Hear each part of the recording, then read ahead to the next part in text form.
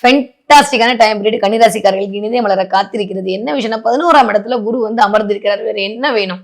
லாபத்தை தரக்கூடிய குரு.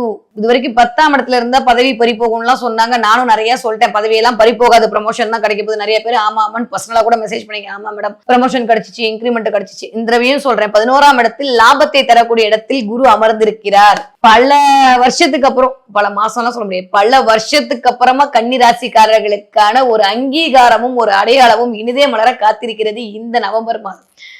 பார்ட்னர்ஷிப் மூலமான ஒரு தொழில் விரிவாக்கம் என்பது நிகழ காத்திருக்கிறது. ரொம்ப ரொம்ப நல்லா இருக்கு.